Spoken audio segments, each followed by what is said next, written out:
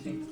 Olá, bem-vindos a mais um Profiler. Hoje trago-vos uma mulher no mundo das tecnologias. Foi por aí que iniciou o seu percurso académico, foi também no mundo da consultoria que começou o seu percurso profissional, entrando depois naturalmente no mundo das tecnológicas, chegando à função de CEO. Curiosamente, tem vindo a desenvolver a par com o mundo das tecnologias alguns negócios paralelos, alguns deles também derivados daquilo que é o seu histórico familiar e que já nos vai contar tudo. E, portanto, dou as boas-vindas à Diana Neves de Carvalho, que é atualmente responsável do setor indústria na NTT Data. Olá, bem-vinda, Olá. Diana. Obrigada pelo convite, Sílvia. Obrigada eu por tão prontamente o teres aceito, porque, como estava a dizer, tu tens de facto este percurso curioso, que é, primeiro é uma mulher no mundo das tecnologias e depois tens vindo ao longo da tua carreira, de facto, a propor-te em inúmeros desafios, mas também estes desafios paralelos àquilo que é, perdão, eventualmente a tua área de conforto até então.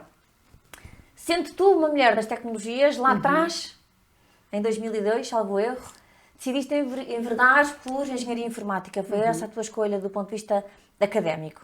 O que é que tinhas em mente e porquê é que fizeste esta escolha? Bem, a escolha do curso de Engenharia Informática foi claramente derivada daquilo que era a minha base inicial, na minha infância, que eu gostava muito do que eram enigmas, matemática, portanto isso foi um grande preponderante para escolher de facto o curso de Engenharia Informática. Portanto, acreditava que, com base naquilo que eram os meus gostos, não é? De um bom enigma, da lógica, podia aplicar isso ao mundo das empresas e naturalmente isso foi um grande motivador. Portanto, esse gosto por esta base mais de matemática e de enigmas por si. Por outro lado, sentia também que no momento era uma aposta muito interessante para a evolução na carreira, ou seja, cada vez mais as empresas apostam em tecnologia e na altura sentia-se muito essa mudança. Já tinhas essa visão, não é? Já conseguias ter, de alguma Já, forma. sim, talvez por também estar conectada muito ao mundo dos negócios, com a minha família, não é? Que desde pequenina sempre participei muito no mundo dos negócios e, portanto, ajudava os meus pais naquilo que era o negócio familiar e tinha um bocadinho esta percepção que as empresas, de facto, apostavam muito em tecnologia e que ia ser ainda mais no futuro assim. E, portanto, acabei por conectar um bocadinho com o meu gosto pessoal, nesta parte mais de lógica, programação, etc., com aquilo que eu via que iria ser o futuro, ou pelo menos caminhava, e que poderia também aportar valor, no fundo. E a verdade é que foi efetivamente uma aposta acertada. Olha, e depois ao longo do teu percurso académico, como é que foi? Como é que te foste sentindo? Foste sentindo de facto que pertencias àquele mundo, que era ali que tinhas que estar? Sim, essa é uma pergunta bem desafiante, porque quando iniciei o meu curso foi no Instituto Superior Técnico, portanto nós éramos 120 no total, 8 mulheres apenas, e portanto foi logo assim, confesso que ali no terceiro, quarto ano pensei, bem, será que este curso é mesmo para mim, não é? 8 mulheres em 120, o que é que isso vai impactar no meu futuro e como é que também vai ser gerido o meu futuro nas empresas quando a maior parte dos meus colegas serão apenas homens, não é? E como é que a mulher é vista neste mundo tecnológico. E de facto, por menos, fez-me pensar, mas nunca desisti. Portanto, achei que de facto era um curso com muita riqueza, ou seja, tinha muito esta componente de inovação, de aprender todas estas programações. Falta-lhe um bocadinho, se calhar, e cada vez mais as universidades têm feito este caminho, de enriquecer um bocadinho com uma maior conexão com o mundo dos negócios, que se calhar há uns anos atrás os cursos eram muito mais teóricos e menos aplicados àquilo que é a necessidade do mundo dos negócios. Mas ainda assim acho que tem uma riqueza muito grande, faz-nos pensar, ter aqui diferentes perspectivas e acho que isso foi uma base excelente para o arranque no mundo profissional. Quando estavas a fazer o teu mestrado, foste trabalhar para a Link Consulting, foste estagiar, salvo erro, na altura. Foi, exatamente. Como é que foi? Foi também a tua aproximação à vida ativa naquele que iria ser o teu métier de futuro. Como é que correu essa experiência? Sim, foi muito interessante, porque foi o primeiro desafio onde eu saí da teoria e passei realmente à prática. Na altura, o meu foi associado à minha tese de mestrado, que estava a fazer, e tanto foi um trabalho muito rico numa área mais ligada a temas de data mining, para detecção de fraude, naquilo que era uma realidade de uma empresa, não é? Em que podíamos, no fundo, analisar dados reais e conseguir aplicar estas técnicas de data mining para obter potenciais fraudes que existiriam nessa realidade, não é? E, portanto, foi super rico nesse ângulo, no sentido em que, por um lado, apliquei aquilo que eram as técnicas, as teorias, os algoritmos que tinha aprendido e foram lecionados ao longo do meu estudo, mas, por outro, de entender um bocadinho o que era a realidade do negócio, entender um bocadinho mais concretamente sobre o negócio, porque não chega a perceber do algoritmo, não é? É preciso perceber a realidade do negócio e potenciar esse algoritmo nesse ecossistema para conseguir tirar dados e resultados relevantes para tomar decisões. E, portanto, foi uma experiência super enriquecedora, porque, de facto, parei-me com aquilo que é o mundo empresarial e como é que a teoria passa à prática, não é? Olha, depois foste então terminar os teus estudos e foste inicialmente para a Deloitte. Entraste aí no mundo da consultoria. De alguma forma acreditavas que era a consultoria que poderia ser a tua rampa de lançamento? Na altura não sabia, para ser franca, Sílvia. Portanto, eu entrei na Deloitte porque senti, enfim, também acabei por ser contatada, não é? Estas Big Four acabam por ter aqui uma força muito grande dentro das grandes universidades e puxam-nos logo no arranque, e portanto acabei por ser levada, mas acho que foi uma boa escolha, no sentido de que acho que é uma excelente escola, onde tu tens uma diversidade de aprendizagens muito grande, não é? E acabas por testar diferentes projetos, diferentes realidades, e ajuda a que a pessoa também possa decidir um bocadinho o trajeto que quer fazer e a tomar determinadas decisões. Portanto, acho que é uma excelente escola, no sentido, e aconselho vivamente a passar por casas onde tenhamos esta experiência um bocadinho mais diversa. Tu foste trabalhar na altura no setor financeiro, não foi? Foi. Na altura entrei no setor financeiro, mais ligado ao tema de banca e seguros, especificamente, mas muito conectada com projetos, uma vez mais, na área de Business Intelligence, portanto, muito ligada à minha experiência de data, não é? E de como é que podemos trabalhar os dados para trazer informação relevante para o negócio. Portanto, ou seja, conseguiste transpor um bocadinho da tua realidade anterior. Isso, exatamente, sem dúvida. E depois da Deloitte, passaste então para cá, para a PMG, aí para a função de Senior Advisory, onde estiveste mais ou menos 4 anos. Aqui foi também quando começaste, para gerir projetos, a gerir equipas. Certo. Como é que foi estas primeiras experiências de liderança?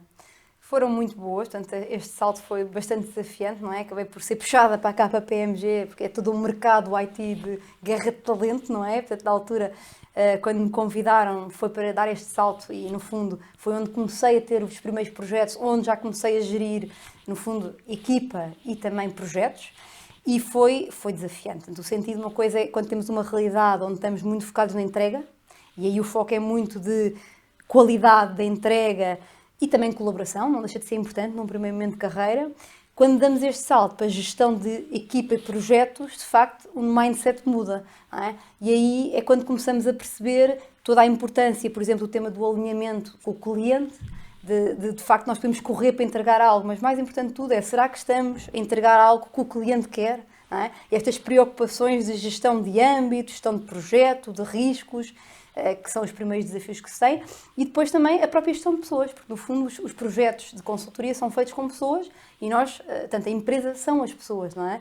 E portanto também faz parte de dar depois com todas as frustrações que podem existir da equipa, temas que às vezes correm menos bem e que temos que ir atrás, estar atentos, resolver, apoiar, temos aqui quase um psicólogo das próprias pessoas, uns dos outros, não é? E entre ajudar-nos para assegurar no fundo o sucesso desses projetos. Portanto foi uma experiência muito enriquecedor. E fala muitas vezes que quando estás a gerir projetos que a equipa também vai mudando com alguma regularidade, não é? E portanto muitas vezes torna-se também mais difícil, ou o desafio torna-se ainda maior do ponto de vista da liderança, porque depois de X em X tempo as pessoas já não são as mesmas que estamos a gerir. Portanto há aí uma capacidade também de te adaptares constantemente. Sim. À nova equipa, ao novo entorno, ao novo cliente, ao novo projeto. Sim, acho que tocas aí num ponto que é um bocadinho a diversidade, no sentido em que em diferentes projetos trabalhas sempre com pessoas diferentes, não é? E tens diferentes perfis. E é muito importante estarmos atentos àquilo que são as características dessas pessoas e tentar gerir da melhor forma, otimizar da melhor forma essas características, porque todos nós temos qualidades e naturalmente pontos de melhoria, não é? E dentro daquilo que é uma equipa e uma gestão do projeto, encontrarmos o melhor ponto de equilíbrio para garantir o sucesso desses projetos. E acho que isso é super importante em qualquer liderança, não é? De entendermos esses gaps e quais é que existem e otimizar ao máximo para assegurar que no final conseguimos ter projetos bem entregues e também as pessoas satisfeitas, porque isso é super importante, até porque senão as pessoas criam uma insatisfação natural com as empresas e depois a continuidade é colocada em causa, não é? Portanto, é super importante este engagement contínuo das pessoas, de envolver, de garantir que elas estão bem e que estão satisfeitas com o próprio trabalho, não é? E, portanto, esse equilíbrio é desafiante. E é cada vez uma preocupação que vemos, efetivamente, muito presente na gestão de equipas, sempre que conversamos nestes ambientes, não é? Totalmente de acordo. Acho que cada vez mais, e isso nota-se principalmente pós-pandemia, e durante a pandemia, eu acho que essa guerra de talento, não é? Deste sentimento cada vez mais, a exposição ao internacional, a guerra, especificamente no IT, do talento, não é? Que é escasso e que é precioso, e como é que nós conseguimos fazer toda esta gestão até para garantir um work-life balance positivo, que cada vez mais as pessoas preocupam-se, não é? E as empresas, as pessoas, é importante assegurarmos isso às novas gerações. Portanto, esta mudança de mindset, de cultura, de conseguirmos entregar com a mesma qualidade e também ao mesmo tempo gerir as pessoas, portanto, é um desafio que todas as organizações estão a passar e ainda temos muito pela frente para fazer. Dizia um convidado que passou pelo Profiler há uns tempos atrás, comentava que nunca na vida a parentalidade e a liderança andaram tão de mãos dadas. Certo. E é um bocadinho a realidade que de facto todos assistimos hoje, este cuidar, não é? Esta preocupação constante, porque daí também deriva a performance, a produtividade e, no limite, os resultados das organizações. Sim, e eu acho que é cada vez mais um ponto ainda mais importante, não é? Se calhar nas gerações mais antigas as pessoas vestiam uma camisola à partida e tinham um commitment com as empresas diferente. Hoje em dia, a forma como as novas gerações, as gerações Z, etc., veem esse commitment é diferente e nós temos que nos adaptar. E, portanto, há que criar novas estratégias de envolver, de mobilizar, de garantir que isso acontece. Porque, de facto, o mundo está a mudar e temos que nos adaptar rápido a essa mudança que é constante. E, portanto, é super importante que isso aconteça e que haja essa preocupação, porque se não houver, quer dizer, no fundo, tudo depende das pessoas. E, portanto, se isso não tiver de raiz essa preocupação, terá naturalmente impactos nas organizações e no sucesso dessas organizações. Na KPMG, chegaste à função de Business Service Manager na Exago. Como é que foi, ou seja, na altura, como é que fazes esta passagem para uma empresa ligada à área de software? E em que é que consistiam estas tuas funções? Porque são um bocadinho diferentes daquilo que estavas a fazer até então. Sem dúvida. Fui apanhada na curva, como se chama dizer, no bom sentido. Na altura foi uma headhunter que se aproximou, nem eu imaginava continuar na KPMG por longos anos e tenho muito carinho ainda hoje pela casa. Acho que foi, eu entrei na KPMG ainda o IT Advisor era uma família e sempre foi muito assim, muito próximo. Hoje, se olharmos a KPMG, o IT é outra realidade completamente distinta, portanto, cresceu abruptamente a área do IT, até com as aquisições recentes de empresas, e, portanto, eu tinha muito este carinho, foi-me difícil a decisão de saltar, não minto, portanto, ainda estive ali bastante ponderante, vou, não vou, mas na altura uma headhunter aproximou-se e deu-me este desafio desta sociedade, que era a Exago Ventures, em que, no fundo, era detida por 3 acionistas individuais e por um grupo de investidores, que é o Grupo Atena, e que na altura o desafio era super interessante, a empresa estava numa fase um bocadinho de aceleração, em que se pretendia fazer crescer, era uma empresa muito internacional, portanto trabalhava, mais de 90% do revenue era para fora, e portanto trabalhando com grandes empresas à mesma, portanto em diferentes setores que atuava, e portanto o desafio era um bocadinho sair de uma realidade mais estruturada, de grande empresa, em que queria ter uma carreira que já imaginava, para saltar para uma realidade completamente startup, onde eu confesso tinha aqui algum gosto pela parte do empreendedorismo, talvez porque desde pequenina estive envolvida no negócio de familiar, não é? Portanto, esta vontade de empreender, etc., acabei por vir ali algumas ligações. Não ia criar o meu negócio próprio, mas era uma forma de entrar numa realidade muito menos estruturada, em que poderia impactar mais, tinha mais autonomia, teria naturalmente muito mais espaço para poder inovar, para poder propor outros caminhos. E então resolvi experimentar. Também estava na fase de, se vou experimentar é agora, não é? Então, dei esse salto e fico muito satisfeita com ele. Acho que foi uma experiência riquíssima e que hoje olho para trás e que acho que fez-me crescer bastante. O que é que foste, enquanto Business Service Manager nesta área, como é que era o teu dia-a-dia? Porque foi seguramente substancialmente diferente do teu dia-a-dia até então. Sim, na visão KPMG estava muito mais a gestão de projetos, não é? No fundo era esse o meu grande papel. Quando saltei para a Exago, no fundo foi gerir uma área de Business Services. O que nós fazíamos era toda a gestão de entregas, de implementações dos projetos, em que tinha a componente mais de consultoria dentro da área de inovação, mas também a implementação do produto que nós tínhamos. Portanto, tínhamos um produto na Exago, que existe ainda hoje em dia, que no fundo é um produto para a gestão da inovação, portanto implementávamos este produto nos nossos clientes, e depois também geria toda a equipa que fazia o suporte ao cliente on the go, portanto no fundo todo o acompanhamento destes projetos que iam decorrendo e que nós íamos acompanhando junto dos nossos clientes. E, portanto, tinha aqui uma vertente, por um lado, de mais tecnológica, de termos um produto, não é? Um produto SaaS, que não tinha na realidade KPMG, era muito uma lógica de serviço, não tanto produto tecnológico, que foi também aqui uma aprendizagem, e depois tinha aqui as diferentes vertentes, não é? Porque uma coisa é ter suporte, era algo que eu não conhecia nessa realidade KPMG, era muito mais orientada a projeto. Portanto, aí tinha a igualdade na fase inicial, mas depois esta competente de pensar o suporte, de garantir a experiência do cliente de uma forma contínua, indicadores, como é que eu asseguro que eles estão satisfeitos, que não há churn. Portanto, toda esta realidade que eu estava menos habituada numa realidade de gestão de projeto na KPMG. Era isso que estava a dizer, não é? Havia uma continuidade na relação com o cliente. Exatamente. Não era desenvolver um projeto e sair e iniciar outro, era de facto esta realidade de parceria contínua, de alguma forma. Sim. Claro que na KPMG já sentimos um bocadinho isto, com a recorrência de projetos dentro dos mesmos clientes, não é? Acabamos, mas não da mesma forma, porque era mais na lógica de serviço-projeto e não na lógica de tecnologia na sua base, não é? E, portanto, vieram aqui outros novos desafios e foi super interessante, porque também ganhei, naturalmente, uma exposição muito maior, porque tinha que gerir muito mais projetos ao mesmo tempo, versus uma realidade KPMG que geria poucos projetos de uma só vez, não é? E a tal menina empreendedora encontrou aquele conjunto de coisas que estavam por fazer, onde era possível muito rapidamente esse fazer acontecer que te caracteriza? Sim, eu acho que foi muito curioso, porque eu ganhei uma relação muito boa ainda hoje com os acionistas da Esago e tenho muito gosto por eles, são profissionais excelentes, que eu tenho muita proximidade. E foi curioso que neste meu percurso eu não me limitava apenas àquilo que era a minha função. Eu muitas vezes, às vezes lembro-me de às vezes almoçar e dizia, eu acho que há aqui qualquer coisa que nós podemos fazer diferente ou podemos caminhar para aqui. Às vezes gostava de impactar a minha visão também a nível da própria tecnologia, de como é que o roadmap pode evoluir do produto, o que é que eu sinto que o mercado está a pedir.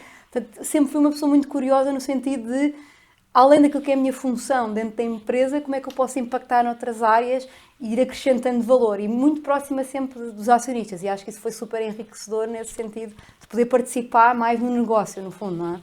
Tão curiosa que no decorrer desta experiência, e paralelamente, acabaste por aqui fundar a tua primeira empresa, tu própria, com o teu marido, como comentavas em off, que é o Mission to Escape, portanto, muito ligado ao conceito dos Escape Game Rooms. Conta-nos como é que surge esta ideia, como é que se faz acontecer toda esta aventura? Bem, aí confesso que foi uma vez mais ligado com aquilo que eu adoro, que são os enigmas. Eu Escape Games era algo que eu já fazia, portanto, por gosto próprio, ou seja, sempre que eu viajo para uma cidade, tenho a curiosidade de ver que Escape Games é que existem nessa cidade e ir fazê-los proativamente. Portanto, isso faz parte sempre do meu plano de viagem, não é? Portanto, fazer 1 ou 2 Escape Games naquela cidade. E, portanto, esse gosto era tão grande, não é? Que acabei por, num momento, decidirmos, ok, o meu marido também é super empreendedor, de ter esta ideia, em conjunto com um amigo nosso também, do mundo da consultoria, até às vezes brincamos da competição das Big Four, não é? Temos ali um trio muito curioso de todos ex-consultores, quer dizer, hoje em dia o meu marido ainda é consultor de Big Four, mas juntámos-nos e, portanto, criámos este conceito de realmente pegar naquilo que é o nosso gosto pessoal e aplicá-lo ao mundo dos negócios, porque não? É? E confesso que na altura não foi o business case mais estruturado ou a direção mais orientada em empreendedorismo baseada em financials, não é? Foi muito por gosto tanto disto que vai-me dar prazer criar um Escape Game. E portanto partimos um bocadinho ao contrário daquilo que é o típico empreendedor, não é? No fundo vamos lá, claro que fizemos um business case, avaliámos os financials para perceber se seria ou não viável, mas o ponto de partida foi muito mais o gosto pelo tipo de negócio e de criar de raiz esses enigmas e de montar todo o conceito. E isso deu-nos muito prazer na altura. Como é que isso se faz? Porque da concepção mental, de pôr no papel, de como é que depois há toda uma estrutura para montar, há o próprio jogo para conceber, portanto, como é que foi todo esse processo? Porque aí entra um lado também muito criativo, não é? Sim, acho que essa parte foi o que nós gostámos mais. Portanto, nós fomos todos bastante criativos nessa parte. Portanto, o facto de também já termos feito vários Escape Games, de sentirmos pontos de melhoria nesses próprios Escape Games, ajudou-me imenso a trazer insights para aquilo que poderia ser o Escape Game que nós queríamos criar, não é? E partiu muito por aí, pelas experiências que nós já tínhamos, no fundo, sentido a nível pessoal, não é?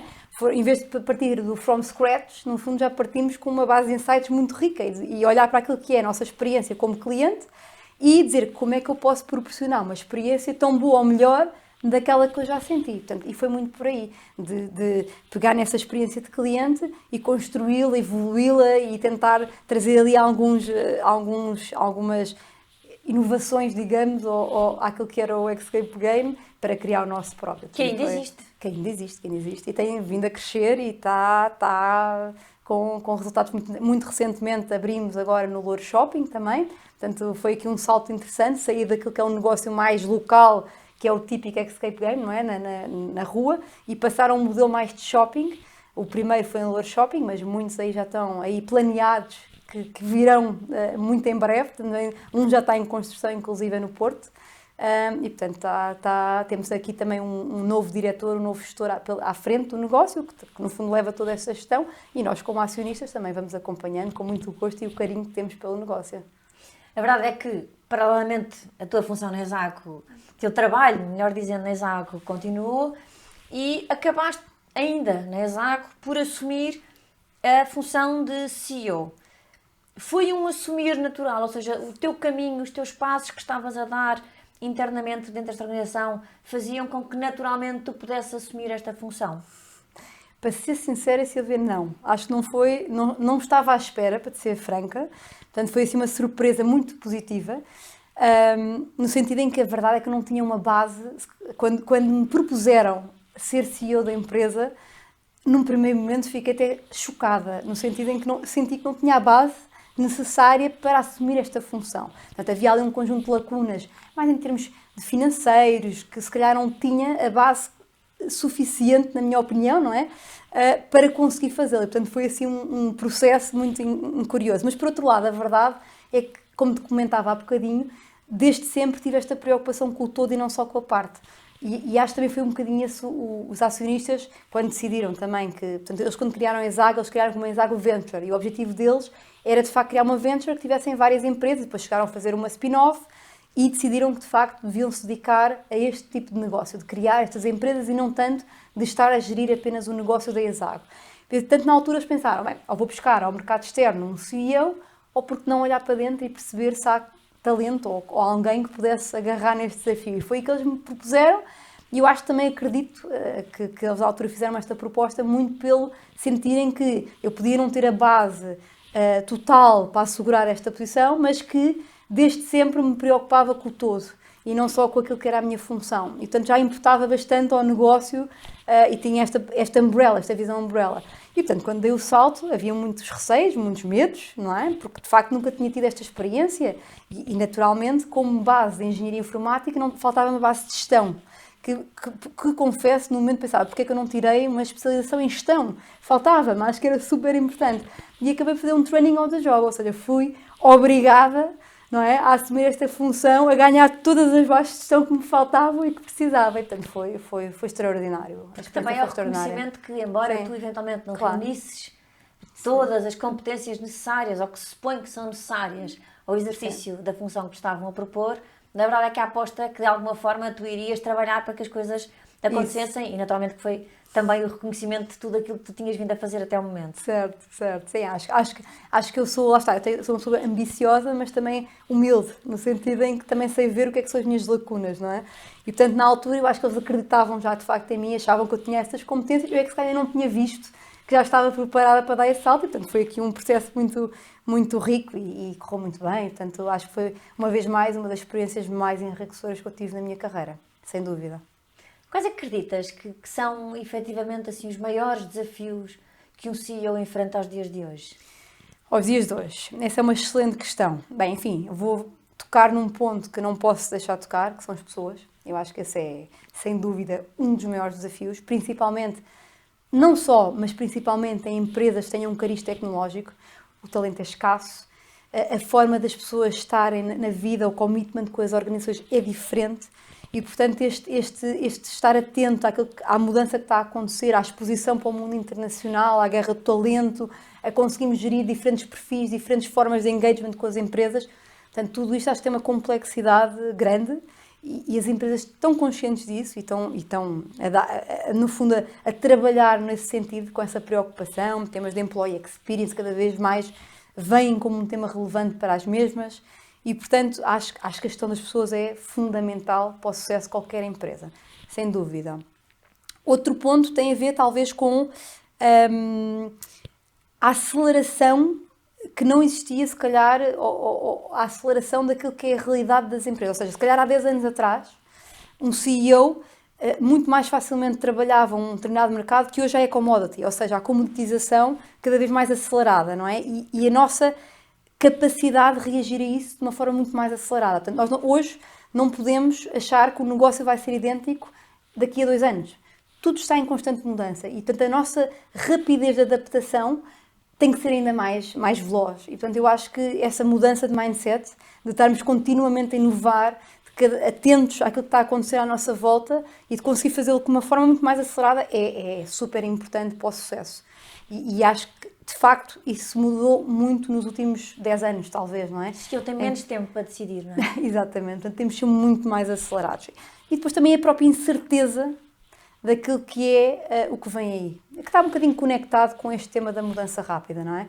Acho que há um grande desafio das organizações de entender o que é que nos espera, o que é que o futuro vai impactar, aquilo que é a realidade do negócio e o mercado atual e como é que nós podemos gerir isso, principalmente para o mundo das startups, em que estão muitas vezes em fases de aceleração, como é que nós podemos gerir todo este ecossistema para que se cresça de uma forma acelerada, mas também conscientes daquilo que é o futuro e do que vai acontecer.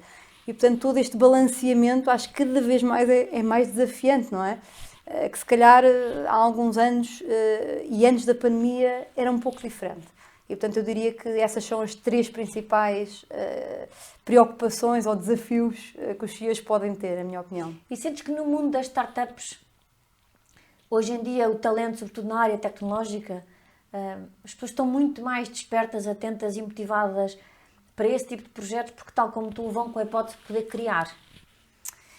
Sim, eu acho que isso aí fala-se um bocadinho das características, até conectando com a atração do talento, não é? É curioso que, se calhar, 10 anos atrás, dizendo assim, o que é que é o futuro, ou o que é que eu me imagino fazer após a faculdade? Se calhar a resposta de todas as pessoas seria, não, eu quero ir trabalhar para uma grande organização, onde haja uma solidez muito grande, onde eu tenho uma estrutura já criada, onde eu possa ter uma carreira assegurada, e era muito essa a perspectiva há 10 anos atrás. Hoje em dia é exatamente o oposto. As pessoas querem ter um propósito, querem fazer diferença. Se calhar são muito mais levadas a ir para uma realidade de uma startup, onde podem contribuir naquilo que é um novo projeto, um novo modelo de negócio, do que se calhar ir para uma versão de uma empresa maior, onde já é conhecida aquilo que é potencial carreira. E, portanto, esta forma dispar, não é, das próprias pessoas terem uma diferente vontade de entrar no mundo dos negócios, também faz com que as próprias empresas tenham que mudar a forma de atrair estes talentos e de criar estas formas aliciantes de trazer o talento para dentro delas. Também tínhamos mais vergonha de errar, não era? Sim, eu acho que isso está a mudar. Acho que cada vez mais, e vê-se muito nas novas gerações. Não têm medo de arriscar e de mudar rápido e de testar e portanto, acho que isso é claro e, portanto, nós temos de estar atentos a isso e também conseguir gerir isso da melhor forma. Lia numa entrevista tua que quando sentiste que, de alguma forma, a tua milestone na ESAG estava mais ou menos feita e que te apetecia fazer outras coisas. E também, nesta altura, tu voltaste a pensar até que ponto é que isto não volta a passar por uma empresa minha. Puseste sempre esta hipótese nesta fase? A minha pergunta é, quando te apeteceu fazer outra coisa, o teu pensamento foi, vou criar um negócio próprio, ou não sabias bem se era por aí? Porque acabaste por fazer e já lá vamos. Mas queria perceber como é que tu estruturaste, porque com a tua metodologia, com a lógica, etc., como é que tu estruturaste esta linha de raciocínio para tomar esta decisão? Sim, eu acho que teve aqui uma componente emotiva e racional. O que é que eu quero dizer com isto? Acho que a pandemia deu-nos a todos muito tempo para pensar. E acho que foi um bocadinho nesse momento também que começou a nascer aqui um bichinho de vontade de, por que não, ajudar a minha família, que tem um negócio que hoje em dia, tanto na área da joalharia, que tem tido muito sucesso, mas muito, no fundo, focado naquilo que é o mercado nacional. E, portanto, eu, com toda a base tecnológica que eu tinha, digital, não é? Pensava por que não também poder fazer crescer esse negócio e ajudar a minha família a dar aqui um salto numa nova vertente. E, portanto, começou esta componente mais emotiva, ligada ao racional, não é? Que são as minhas competências tecnológicas que podiam ajudar o negócio a trazer estas primeiras ideias.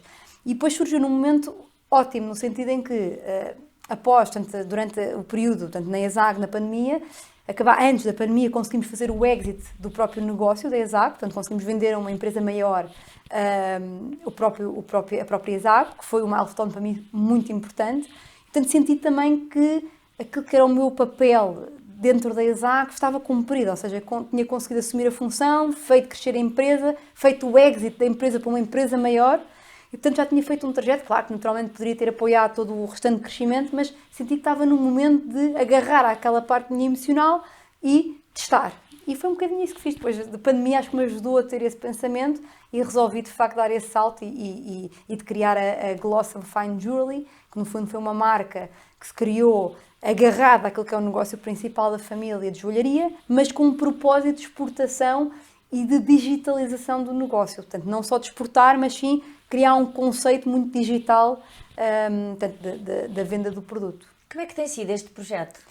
Então, ele começou recentemente, portanto, o grande objetivo, o conceito por trás do projeto é, de facto, num primeiro momento, criar uma lógica de um conceito de engagement mais personalizado, ou seja, o objetivo é que, imaginemos um noivo que quer comprar um anel noivado, exato, quase noivo, comprar um anel noivado para a sua futura noiva, que possa fazê-lo com um conjunto de apoio de uma forma digital, ou seja, o conceito foi muito de eu conseguir criar uma experiência mais imersiva e mais rica pelo canal digital, ok? Para esta pessoa que vai comprar o anel de noivado. E, portanto, fizemos alguns temas mais inovadores, como por exemplo um survey, onde com base nas características e um algoritmo, com base nas características da noiva, eu consigo rapidamente identificar aquilo que pode ser um anel certeiro para aquela pessoa. E isto ajudar a dar mais confiança ao próprio noivo que está a escolher o anel e que às vezes não sabe se a pessoa vai gostar ou não gostar, não é? E isto é super interessante, no fundo, usar o conhecimento e a informação, os dados, não é? De várias escolhas, de várias noivas, para dar inputs aos futuros noivos e perceber, imaginemos, com base de a minha forma de vestir, ou se eu sou uma pessoa que ligo mais à marca, ou mais à qualidade de preço, ou sou mais minimalista, ou sou mais um bocadinho mais extravagante, como é que essas características de mim como pessoa podem influenciar na escolha do meu anel de noivado.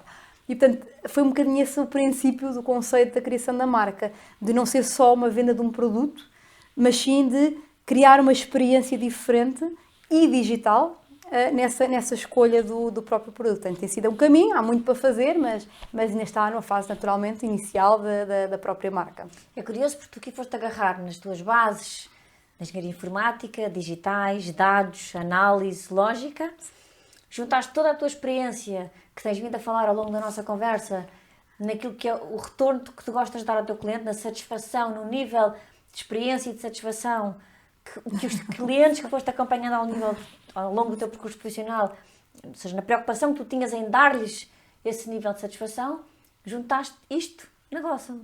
Certo, foi um bocadinho, no fundo, lá está, as competências que vamos adquirir, não é? Que de repente se aplicam àquilo que é um negócio e que naturalmente muito próximo e que tem muito carinho, não é? Porque já é a base da família, no fundo. É também nesta altura que decides fazer o ensaiado.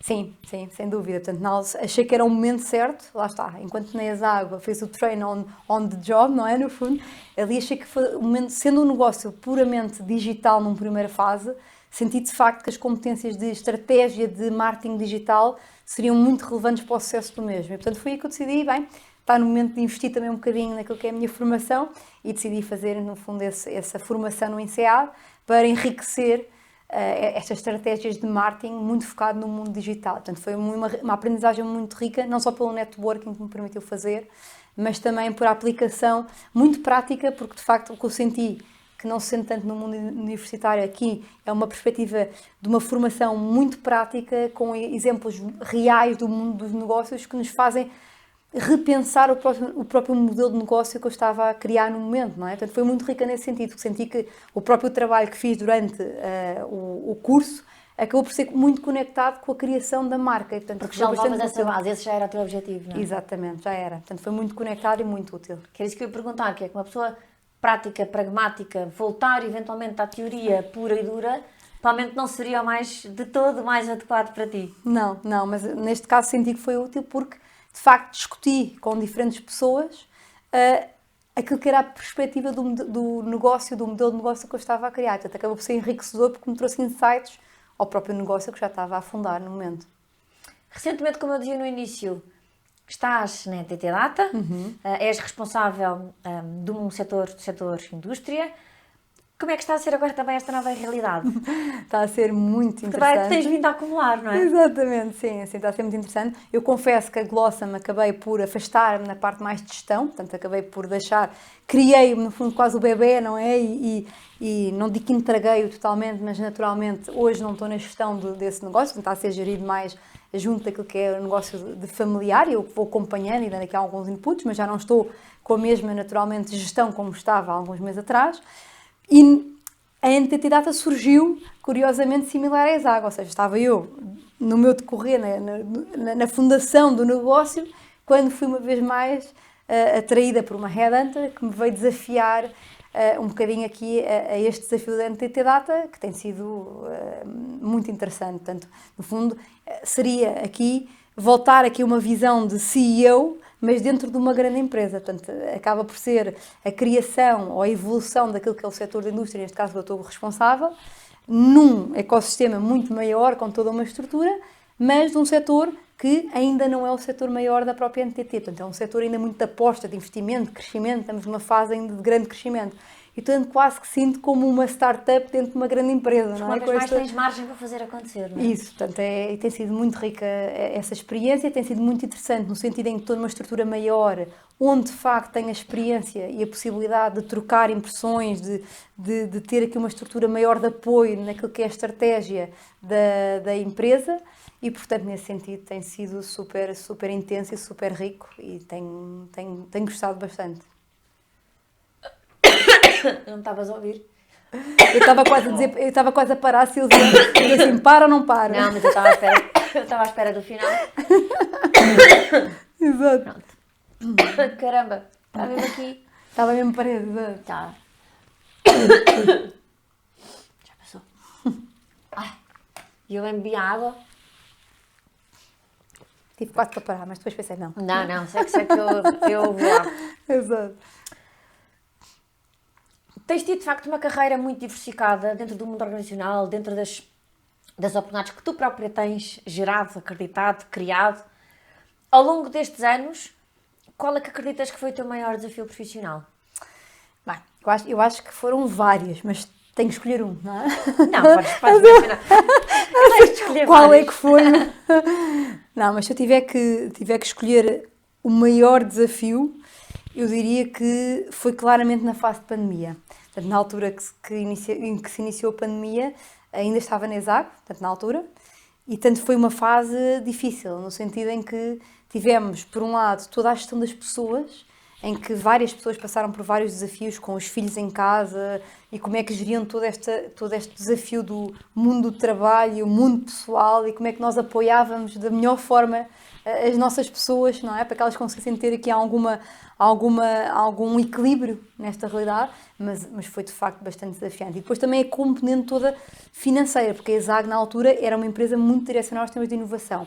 E a inovação, naquele momento de pandemia, foi um nice to have dentro das organizações por determinados momentos. E, portanto, também tivemos ali alguns desafios em termos de projetos que ficaram em stand-by e que estávamos à espera que fossem acontecer, e como é que gerimos toda esta componente de crescimento, de investimento que é necessária para assegurar a estrutura e o crescimento das nossas pessoas. E, portanto, foi um momento, a pandemia, foi um momento bastante desafiante, pelo facto de estar também numa realidade que aquilo que era uma startup e que naturalmente estávamos numa fase de ebulição e de repente tivemos um abanão de uma pandemia, e as pessoas, não é, que não estavam preparadas para esta realidade, não é? Trabalho remoto, de ter os filhos em casa. Curiosamente na ESAG o trabalho remoto foi simples, foi pegar no computador e irmos para casa, portanto, e já tínhamos todas as ferramentas necessárias para fazer as videocalls, etc. Portanto, não foi assim um salto drástico, que acredito que muitas empresas tiveram a dificuldade de se adaptar e a perceber o que é um Teams ou um Slack, ou não é? Como é que eu agora vivo nesta realidade digital. Portanto, aí não foi o nosso desafio, mas depois houve a componente pessoal, não é? De conseguirmos realmente entregar com todo este ecossistema dos filhos para gerir em casa. Portanto, acho que foi o maior desafio da minha carreira. Lance-te só, porque tenho muita curiosidade de saber o desafio da gestão do teu tempo neste sentido, neste acumular dos teus próprios negócios, com as funções que não descuras em momento nenhum, muito pelo contrário. Esse desafio, como é que tu o geres? Eu confesso, Silvia, que eu sou muito... ou seja, acho que há um ponto muito importante, que é ter aqui um foco primário. Eu acho que isso é super importante, que hoje é a NTT Data Portugal, claramente esse é o meu foco primário, portanto eu centralizo muito aquilo que é o meu esforço e a minha dedicação ao meu foco primário.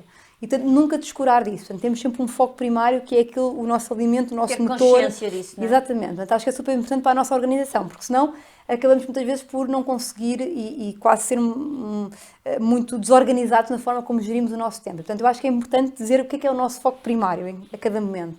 E depois de criar bolsas de tempo em que realmente dedicamos àquilo que são os nossos focos secundários e aquilo que é, por um lado, aquele nosso gosto pessoal ou temas de empreendedorismo que nós decidimos colocar esse nosso tempo de investimento. E, portanto, acho que essa gestão do tempo é super importante, que é garantir, ok, este é o meu foco primário e esta é a minha gestão do tempo, e naquilo que são os meus tempos que tenho dedicados para um foco secundário, como é que eu divido, como é que eu gero esse planeamento da melhor forma, equilibrando a componente emocional do que eu gosto, mas também daquilo que são os temas que no momento que estou a investir. Diana, quero agradecer-te muito a tua disponibilidade, o teu testemunho, porque é cada vez mais importante, acho que cada vez vai ganhando mais importância, ainda bem, termos de facto líderes preocupados, em primeiro lugar com as pessoas, e tu foste frisando muitas vezes ao longo da nossa conversa, que as pessoas, e de facto sem as pessoas dificilmente alguma coisa acontece, mas por outro lado, que é uma coisa que se sente muitas vezes que, às vezes entramos num mercado tão transacional que pode ficar um bocadinho descurado, que é essa relação com o cliente, esse valor acrescentado, esse como é que eu posso maximizar, melhorar a experiência do meu cliente e, na verdade, em qualquer dos negócios por onde tens passado, quer os próprios, quer os por conta de outrem, vê-se que é claramente uma preocupação que tu tens constante de gerar esse valor acrescentado, esse extra mile em cada relação com o cliente, em cada parceria que estabelece. E, portanto, eu acho que é não só crítico, mas demasiado importante para não ser realçado estes 2 pontos da nossa conversa. Agradeço-te muito. Eu é que agradeço. Obrigada uma por teu vez mais. testemunho uma vez mais. Quanto a nós, até para a semana. Obrigada.